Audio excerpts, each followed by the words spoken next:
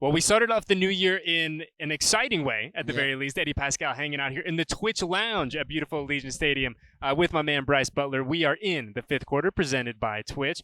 And Duffel, ultimately the Raiders fall today, 37-34, officially eliminated from postseason play, which is the unfortunate ending to this story. But an incredible football game, an exciting football game, arguably the most exciting football game of now 2023, but the 2022 season for your Las Vegas Raiders.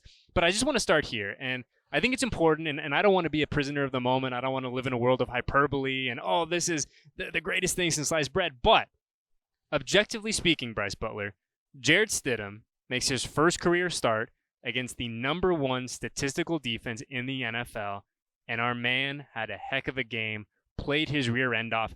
How hard is it to come in a situation like Jarrett inherited today and go out and do what he did? You have Stiddy, who's just been sitting there waiting. Obviously, he's been with McDaniels for his whole career.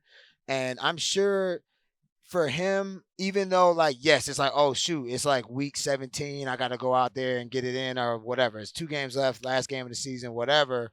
And it's his time to shine. And I'm sure there's a lot of anxiety, it's time. I've been waiting for this moment. This is my first start in my career. But at the same time, I'm pretty sure with his relationship with Coach McDaniels, he has some comfort. I'm sure, from what I saw today, it looked like it was almost like this whole season he's been getting groomed for this moment. And I think he went out there and played. He put his best foot forward, and he went to work, man. And I think comfort to me is kind of the key word there, right, Brice? I mean, you look at Jarrett's line, which is just insane. He goes 23 of 34, 365, 3 touchdowns and 2 interceptions, finishes with a quarterback rating of 108.1. But I think the big thing for us is I think it's easy, kind of from the outside looking in, and I'll kind of include myself in that conversation just a little bit. You assume going against the number one defense in the NFL, which the Niners have, they are a legit big dog defense. Right. You assume that a guy making his first career start is going to come out, be a little tight, kind of is this moment too big for him? I mean, this environment today was insane. But he came out and he was calm, cool, collected, drives the Raiders down the field, that opening drive touchdown. And the moment, Brice, didn't feel too big for him. And candidly, I mean, he looked really comfortable out there this afternoon throwing the rock around. Right, yeah. I mean, to me, that just goes back to that relationship, right? McDaniels probably is the guy that brought Stidham to the Patriots back in the day. And he knows what that guy brings to the table. Obviously, Stiddy never started in a game, but he played in 11, I think, appearances with the Patriots over the years. And so when you see the first drive, you see that McDaniels knows what that guy brings to the table. First play of the game, we have a little boot action, quick to the tight end, 15 yards, 20 yards. And then we're moving the ball down the field. He's not throwing the ball that much. We're getting them settled into the game. We're running the ball. We're doing this, all that. And then we get a touchdown early, okay? And then just watching how the play calling was set up with this guy, it just seemed like Coach McDaniels was trying to put Stidham in the best situations for his athleticism to make him feel comfortable. We're rolling him away from Bosa so he doesn't have to worry about him. He doesn't have to worry about no blitz coming off the edge, and he can just stay poised while he's running, rolling right or rolling left, and finding open receivers. And he did it all day. And I think there were a few offensive wrinkles today to what we saw from Coach McDaniels and Stidham. But to your point, it felt like Coach and really this entire offensive game plan was put in place to have Jarrett succeed, right? We go to the half. Raiders are up 17-14 at halftime, Brice. And Stidham has only thrown the ball 14 times. He's 11 of 14, an incredibly efficient 145 yards and 2 touchdowns. But it felt like he was playing within the game plan. The game plan was put in place, like I said, to put him in a position to succeed. And we talk about that balance. The Raiders ran the ball 19 times in the first half. So you got a young quarterback, a guy, I've been talking about that all year. I know. So you got a young quarterback, a guy who's making his first career start against a really good defense, and you know what his best friend is a run game. You run the ball effectively 19 times. The Raiders were over 100 yards rushing in the first half. And so I think how valuable is that for a guy like Stidham in his position, coming in, lights are bright, to be able to say, hey, my run game is doing what they need to do. The big fellas up front are holding up, and I'm going to be able to kind of work off of that and play within this whole big picture that Josh McDaniels has I mean, built. You got a young quarterback in the game or a guy making his first start against a team like, the Niners. Your safety blanket is the running game and your tight ends. And we saw today those tight ends were making plays. There's guys making catches left and right. And, that's what you want to see. And I wouldn't say he was game managing. I would say he was running what they had dialed up all week. Everything that they game plan, watching the Niners, seeing their chinks in D'Amico Ryans' defense, and they went out there, and I feel like they kind of exploded it a little bit. I mean, it wasn't until the end where, Bosa and those guys started heating them up. I mean, there was no sacks in the game, I don't think. I believe you are correct. I'll on double both check sides. that. Yeah. I mean, I don't think there's any sacks, but there was a lot more hurries towards it in the game. That's okay. But I mean, from what I saw from Stidham, man, and what I saw from Coach McDaniels, because what have we been talking about all year? Not changing what the game plan looks like in the second half, especially if it's looking like it's working. And what I saw coming out in the second half, they did the same thing. Obviously, they didn't score on every drive, but they go out there, they stop the Niners, and then they go down there and score a touchdown to start the third quarter. So they started fast in the first and the third quarter, which is recipe for success. We just didn't win today. Yeah, and I mean, you're right, too. You were dead on. No sacks on either side. Mm-hmm. Obviously, the offensive line, I think on both sides, like you said, kind of have their moments in the second half. It's a long game. You saw some tired legs out there. But I think when we look at Stidham and what he was able to do today, and let's, like I said, I don't want to be a prisoner a moment, but I do want to appreciate how statistically impressive it is what this young guy did. Adam Schefter had this tweet earlier during the game, and he goes, there were only 2 quarterbacks that have thrown for 3 touchdowns on the Niners this year. It's Patrick Mahomes and Jarrett Stidham. Wow. So I understand that, yes, obviously the Raiders didn't come away with a win. They lose in overtime on that field goal and ultimately set up by Stidham's interception. But, I mean, this guy, what Jarrett did for this 60, well, I guess closer to 70 minutes of real time today, very, very impressive against a very good San Francisco defense. Yeah, man. I mean, I'm not mad at all. I'm going to be honest with you. I was coming in here with a lot of doubt. I mean, I walked in the stadium and I was asking people questions like, how do you feel going into this game? I was asking some people in the staff that I got a chance to speak to on the sideline. I was like, how y'all feel? And everybody that was within the team, which they should be, they all felt confident in Stidham. And, I mean, leaving this game, going into next week, I feel like we'll be in the game against the Chiefs and we can come out with a win. I don't feel as though we're just, the season's over. Nobody's playing hard anymore. Nah, like watching this game today, I was sitting next to a big time Bay Area legend, E40, and he's a big Niners fan. Y'all know that. And he was nervous. I mean, he was like, I thought this game would be over by the third quarter. And I was like, nah, like we fighting today. Like we doing it. So hats off to the boys. Coming off that tough loss in that freezing subarctic, temperatures in Pittsburgh, coming back here and fighting against probably the best team in the league right now. Yeah, and I think, like to your point, like if you're a Raiders fan, and obviously this season has not gone the way that you wanted it to. The Raiders are 6-10, like we said at the top, officially eliminated from postseason play now with this loss, but you got to feel good about what you saw in a very small sample size from Jarrett Stidham. And to your point, you got one more game left. Division rival coming to Allegiant Stadium next week, and Pat Mahomes and the boys they're going to have a ton to play for. You got to feel good that your quarterback, that Jarrett Stidham, who's going to get the nod again next week, is capable of getting this offense from A to B. And you look at his 365 yards today, Brice. That is the most by any Raiders quarterback in 2022. So he went out there, he did his thing, he played incredibly well. But, and I mean this in the best possible way, it helps a ton when you got Davante Adams out there, who is literally playing out of his mind, Brice. He finishes the day 7 catches on 11 targets for 153 yards and 2 touchdowns. Can you please, as our resident wide receiver, explain to me how difficult that catch was at the end? Not the touchdown, but the one that is going to be shown on SportsCenter and everywhere on NFL Network for the next 72 hours. How hard is it to come down with that pass? Bro, I mean, Davante, we need to come up with a nickname for him. Like, I was just calling him Spider-Man today because I mean, that dude just looks like his skin sticks to the ball. Like some of those plays he makes, I'm like, dang, like how did he make that? Obviously, that makes him the best receiver in the league. That's why he is. I mean, he makes those incredible catches, spectacular grabs. He makes them look very easy. I mean, shoot, let's talk about the freaking the touchdown before halftime. The fade ball.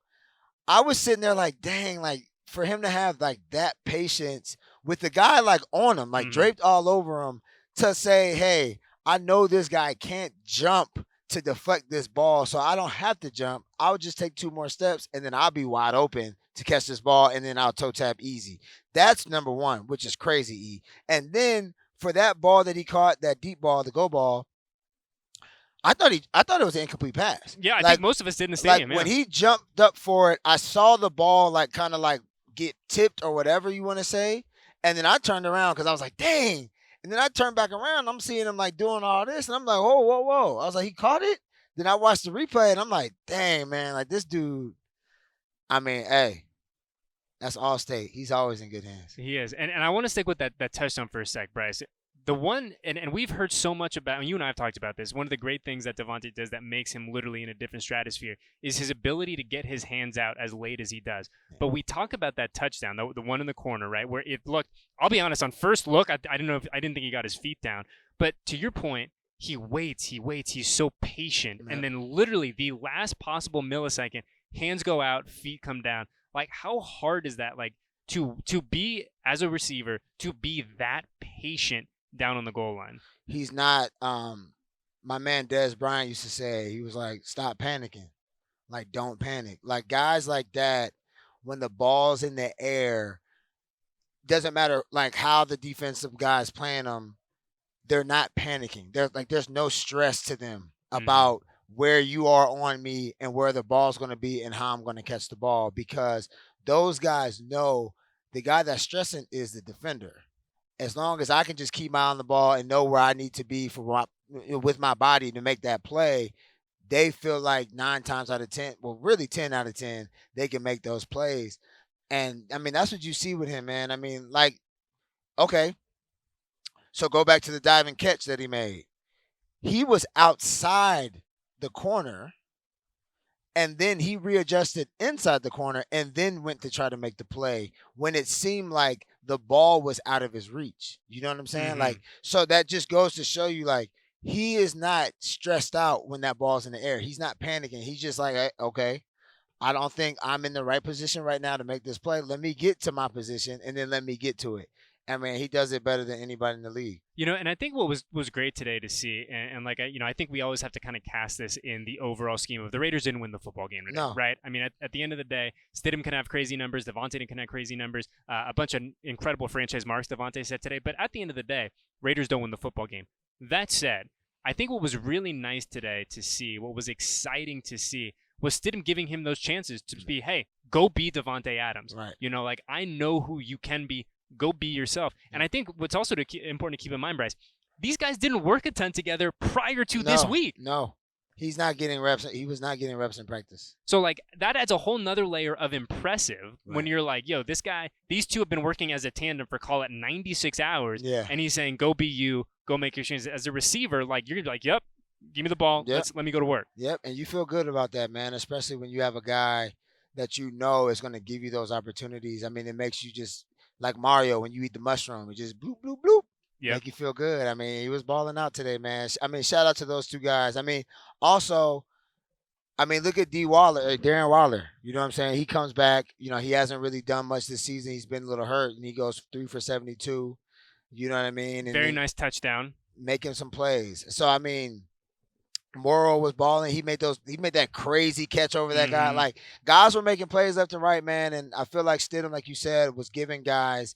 He was putting balls up for guys to make plays that didn't seem dangerous. There was really, I want to say maybe 1.5 passes where he threw, and I was like, okay. And it was literally the ball when he got hit, throwing it at the end of the game that basically sealed it. And I really don't really remember any other ones. No, I think that, there were a few moments, and I think a lot of it can be chalked to the fact that Jarrett Stidham has not played legitimate tackle football since August, right? Yeah. Since the preseason, right? So I think that there's, I don't want to say an element of rust, but there's an element of time on task, right? Yeah. Where this dude, and, through no fault of his own, has been the backup quarterback. That has been his role. That is what he has been asked to do, is support the starting quarterback. Well, hey, this week, you are the starting quarterback. Right. But because of that, we talk about the reps. He hasn't worked with Davante. He hasn't worked with Foster. There were a few moments, a few throws where I'm sure he would like to have it back. Right. But, he went out there. He balled. He played. He did his thing. And really, he was a big reason why the Raiders were even in a position to go win that game in overtime. And speaking of how we got to overtime, though, Brice, I thought, you look at kind of the that last quarter. And I think it's a bit of a microcosm for what the Raiders kind of have been in 2022. There's moments of greatness. There's moments of exciting plays. You have your playmakers like Devontae and Waller and those guys and Josh Jacobs who had a real – I mean, I don't know if you're going to see a harder 69 yards in the NFL than what Josh Jacobs gave to you today. But you have these moments of greatness, right? You have these moments of this is what it can be. This is what it should be. But then we go down to the end of the game, and Brandon Ayuk, and you and I were talking about it, the Raiders secondary could not stop Brandon Ayuk on the slant today. Yeah. And ultimately, it's one of the big reasons why they didn't win this football game. Yeah, I mean, so you watch a lot of football, obviously, right? And I'm sure there's some games that you see like an offense can't do anything. Mm-hmm. And then it comes down to the 2-minute drive. And then they just all of a sudden just start going down the field, going down the field. The reason why is because most teams only stick to certain defenses in 2-minute drill because you can't call plays. So some teams, they just stick to cover 2 in 2 minutes. Some teams, it seemed like the Raiders stuck to cover 3, like one high, dropping everybody back, trying to keep everything in front of them. Yep. And that's why today, at the end of the game, once they went to 2-minute drill, all they were doing was throwing in breaking routes like slants.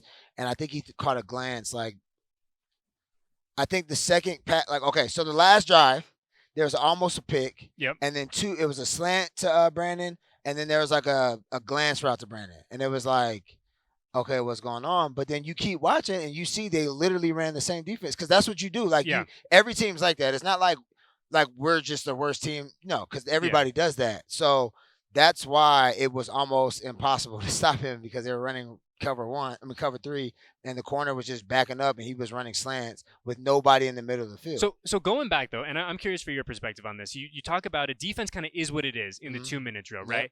But you see something, you as a defense kind of assess like, hey, this isn't working. They are eating us alive on this. What is the adjustment within the 2-minute drill to help take that away? Or do you kind of just have to live with it and say, hey, we just got to find a way. Our guy's got to be better than their guy. Yeah, that's literally it. Yeah. Because like you can't call a play. Like, so Brandon catches the ball. Bam. They get up real quick, put the ball down. The coach doesn't have time to survey what kind of personnel they're in, formation they're in. And, well, the personnel is probably not going to change. But like the formation that they go to and say, oh, hey, like, we need to change this defense because most of the time the offense sticks to 1 or 2 formations, like 2x2 spread or maybe 3x1. You know what I'm saying? Like most teams stick to that, and I think they did 2x2 if I'm not mistaken. They're going to have Kittle out there, and I think they had 3 receivers. So like you see what they're going to stick to the whole time, and now it's like, can we just stop them? And it's good on good. Like, what can you do? Yeah. And unfortunately, the Raiders were not able to come away with enough stops today to come away with the W. Then we almost had that pick. And so, okay, and that's where I'm going. You go to the very end of this game, right, Brice, and it feels like it was a moment. It was a game of 2 moments. Nate Hobbs has a chance to go make that play on Ayuk at the end, right? Make that play, take the ball away from him. Doesn't make it. Unfortunately, we fast forward a few minutes in real time, and the Niners were able to make that play defensively. Stidham on that final play, his final throw of the evening, he had Nick Bosa coming. He's got pressure headed his way. Colton Miller pushed into Stidham a little bit, hits the hand as it's coming through. Ball floats for what seems like an eternity, and the Niners defense is able to come away with it, run it down to the end of the field, ultimately set up their game-winning field goal. Yep. But it just goes to show you, man, it is a game of a handful of moments and a handful of plays here and there that really impact a game because Nate Hobbs comes away with that interception. Maybe this game doesn't even get to overtime. We might have a chance. Yeah. We might. Well. So I think if I'm not mistaken, you can tell me if I'm wrong. I think that play when Brandon caught that ball or Ayuk caught that ball, I want to say there was only 2 seconds left. Let me double check. I think so. Ultimately, it ends up not biting. It might not matter. Exactly, because they end up missing the field goal. Yeah. Exactly. It's just one of those things, man, where it does feel like, and the Raiders defense, and I think has played a much better brand of football over the past month or so. Here we go. We need to stop the run game, though. Yes, that is a big one. Christian McCaffrey eats today, Brice. Christian McCaffrey was he was just unbelievable. Big reason why the Niners won that game. Here we go. Brandon Ayuk. So you are right. Yes, 2 seconds left. But all the same, you never know. If a guy like Nate Hobbs, right, gets his hands on the football, he might take it to the crib. Might take the Raiders have seen the last time they were on this field. You never know. Until that clock hits triple zeros, Chandler Jones is like, hey, man, there's some crazy things to see. That's true. Unfortunately, though, we said at the top, Brice, because of this loss, Raiders officially eliminated from postseason play in 2022 season. All the same, one more game. Kansas City Chiefs come into town this upcoming week. We do not know when that game is as of yet, Saturday or Sunday. It'll be one of the two. But what do you want to see from this Raiders team as they finish off the season, knowing that, hey, this doesn't mean anything for us, but it is kind of nice to play spoiler for a division rival? I just want to see guys come out and compete. Like, I want to see them come out and do the same thing they did today. I mean, I feel like effort was high. I mean, obviously, you felt that electric energy in the stadium today. The guys came out and they played hard. I mean, they definitely play hard. And I just want to see it next week. Are we in Kansas City? We are here. We are back at this beautiful stadium. Let's finish up the season right. Don't have your bags packed early. I've been around a little bit, played on some bad teams, and guys already got their bags lined up. They got their trips lined up. They know where they're going. And my thing is, I just want to see them play one more game. We got one more game, and then you got your off season. And it's always a great way to go out feeling good about where the team is, or individually where you're at. If you can have a solid performance, a solid showing, it always feels better going into the offseason. And I think what's important to remember too, Brice, this is year one of Dave Ziegler and Josh McDaniels. They want to head into this offseason with a little bit of momentum. I'm a firm believer in no moral victories in the NFL, but if you're a fan of this team, if you're a member of the Raider Nation, you got to feel pretty good about what you saw from the Raiders today. Just in terms of, like you said, the fight, of the passion, of the not giving up, of the, hey, we're going to still rock and roll until it's literally triple zeros on the clock. Can we get that for one more week against a very, very good Kansas City Chiefs team? That is what I'm excited to see. Can you finish the season on a high note? And can you kind of take some of that momentum into this offseason? That's what I'm excited to see come Saturday or Sunday next week. 100%. I agree with you, big dog. Yeah, and it'll be great. And this was so much fun having you here at Allegiant. I wish, obviously, that the result was a little bit better, but all the same, it was great to have you in the house. Yeah. We're going to do more of this in 2023. Let's go. I promise you that. Just the start for DJ Duffel here in Silver and Black Productions. And hopefully just the start for your 2022. Well, the end for your 2022 Las Vegas Raiders, but the beginning of what is going to be in year two of Dave Ziegler and Josh McDaniels. So an incredible game, an incredible atmosphere. Unfortunately, doesn't go the Raiders' way. They fall 37-34, officially eliminated from postseason contention, dropping to 6-10 in the process. But it was exciting. It was electric. And I cannot wait to do this all again once more next weekend. So for Eddie Paskal, my man Brice Butler, we got Sam and Al and the crew making sure everything is operational here at Allegiant Stadium. Thank you. And we will do this once more, my friends.